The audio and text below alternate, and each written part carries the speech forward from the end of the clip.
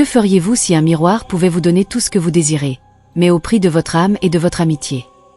Avant que je ne vous plonge dans cette histoire pleine de mystères et de drames, prenez un instant pour vous abonner, mettre un j'aime et activer la cloche de notification. C'est grâce à votre soutien que je peux continuer à partager ces histoires africaines uniques avec vous. Dans un village africain entouré de collines verdoyantes et de rivières scintillantes, vivaient Assia et Toundé, meilleures amies depuis l'enfance. Inséparables, elles partageaient tout, les jeux près de la rivière, les histoires des anciens, et même les petits secrets qu'on ne confie à personne d'autre. Toundé avait ce rire contagieux qui illuminait les journées les plus sombres d'Assia, et Assia savait toujours comment réconforter Toundé. Ensemble, elles formaient un duo admiré par tout le village, un symbole d'amitié sincère et de solidarité. Assia était vive et ambitieuse, souvent emportée par ses émotions, tandis que Toundé était douce, réfléchie et patiente. Mais à l'adolescence, les choses commencèrent à changer. Toundé brillait par ses talents pour la danse et le chant lors des festivals du village, et les villageois la complimentaient constamment. Assia, pourtant brillante et capable, ressentait un pincement au cœur chaque fois qu'elle voyait Toundé recevoir des louanges. Elle essayait de cacher sa jalousie derrière des sourires, mais une ombre commençait à s'installer en elle. C'était la première étincelle de jalousie, mais Assia se retenait encore de céder à ses envies. Malgré tout, leur amitié restait forte, jusqu'au jour où le miroir maudit entra dans la vie d'Assia. Un soir, après une dispute anodine avec Toundé, Assia errait seule près d'un vieux pont de pierre, entouré de brume et de feuillage sombre. C'est là qu'elle aperçut un miroir ancien, posé contre un arbre, scintillant d'une lueur étrange malgré la nuit. Gravé de symboles que le village appelait les « signes des anciens », le miroir semblait presque vivant. Une voix douce, comme un souffle venu du vent, résonna dans son esprit. « Regarde-moi, je peux t'offrir tout ce que tu désires. La chance, le succès, l'admiration, mais tout a un prix. » Assia recula, une once de remords et de prudence la saisit.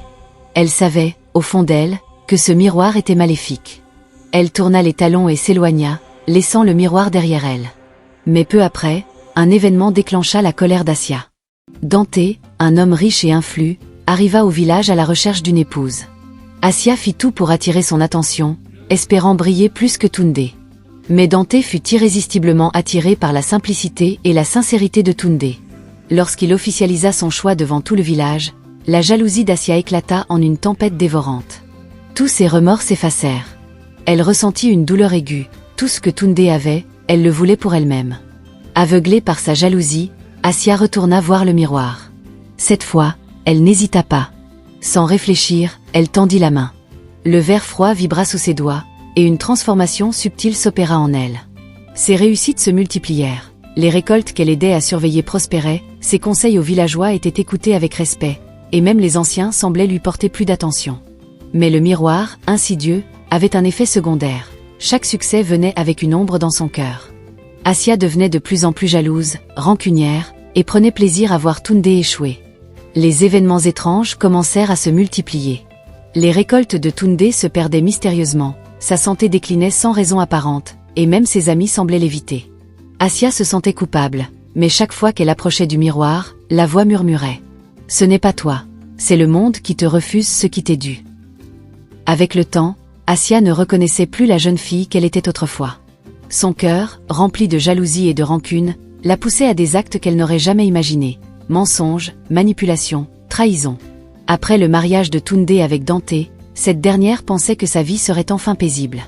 Mais très vite, elle sentit un malaise s'installer. Les regards insistants d'Assia, ses compliments exagérés et ses questions trop curieuses sur sa vie conjugale, tout laissait Toundé perplexe. Les villageois, eux, n'avaient pas attendu pour observer. Dans chaque ruelle, à chaque marché, des murmures l'assaillaient. « Fais attention à Assia, elle ne te veut pas du bien.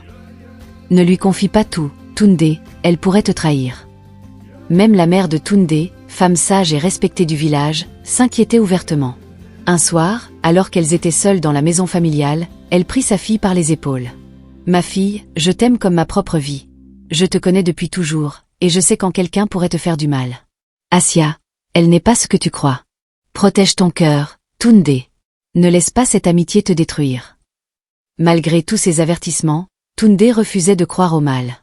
Elle continuait de partager des moments avec Assia, riant et parlant comme avant, aveugle à la jalousie qui bouillonnait silencieusement dans le cœur de son amie. Chaque conseil ignoré, chaque mise en garde non écoutée rapprochait Toundé du danger. Et dans l'ombre, Assia la regardait, ses envies et sa jalousie grandissant à chaque sourire de Tunde. Le piège était en place, et nul ne pourrait l'arrêter. Un soir, alors que la lune était pleine et ronde et que le village dormait paisiblement sous un voile de brume argentée, Assia sentit un frisson glacial parcourir son dos. Le vieux pont de pierre semblait plus sombre que jamais. Au milieu de la clairière, le miroir apparut, scintillant d'une lueur inquiétante, comme s'il respirait. La voix résonna. « Je t'ai donné ce que tu voulais, admiration, succès, pouvoir. Mais tout a un prix. Maintenant, je réclame ce qui m'appartient. » Le miroir réclamait son dû, et ce qui arriva ensuite changea leur destin à jamais. Avant de découvrir cette fin tragique, abonnez-vous dès maintenant et activez la cloche pour ne manquer aucune de mes prochaines histoires africaines. Croyez-moi, la suite est bouleversante. Assia resta figée devant le miroir, le souffle court, les mains tremblantes. La voix résonna à nouveau, plus imposante. « Je t'ai donné tout ce que tu désirais. Mais maintenant, je réclame ce qui m'appartient, ton cœur, ton âme, et ce que tu tiens le plus précieux, ta meilleure amie. » Les yeux d'Assia s'écarquillèrent. Elle comprit enfin que la jalousie et son ambition l'avaient conduite à cette horreur. Avec une force désespérée, elle tenta de briser le miroir en frappant sa surface avec un bâton. Les éclats volèrent, mais le miroir resta intact, scintillant avec une lumière surnaturelle. Elle frappa encore et encore, jusqu'à ce que ses mains saignent, jusqu'à ce que ses genoux touchent le sol, rien n'y fit. Nul ne pouvait briser la malédiction. Le miroir réclamait ce qu'il voulait, et aucune force humaine n'y pouvait rien.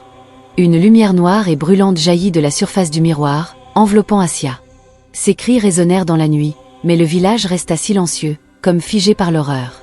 En quelques instants, Assia fut consumée par le pouvoir du miroir, son corps et son âme disparurent dans un éclat de ténèbres. Pendant ce temps, de l'autre côté du village, Tunde était auprès de sa mère, ignorant tout du miroir. Soudain, un souffle glacé traversa la maison. La lumière noire de la malédiction se fraya un chemin jusqu'à elle. La mère de Tunde la prit dans ses bras, mais ce geste fut vain. La puissance du miroir n'épargnait rien de ce qu'il réclamait. Tunde sentit son souffle se couper, et ses yeux s'éteindre sous le regard impitoyable du destin. La malédiction du miroir venait la chercher, là où elle se sentait en sécurité, et personne ne pouvait la sauver. En quelques secondes, Tunde s'effondra devant sa mère, consumée par la puissance du miroir, tandis que la lune continuait à briller sur le village, indifférente à la tragédie qui venait de s'abattre. Cette histoire tragique nous rappelle une vérité sombre mais essentielle. Il faut choisir ses amis avec soin. La jalousie et la malveillance, même déguisées sous le masque de l'amitié, peuvent détruire des vies. Tunde a payé le prix de sa confiance aveugle. Ne laissez jamais quelqu'un dont le cœur est rempli d'envie dicter votre destin.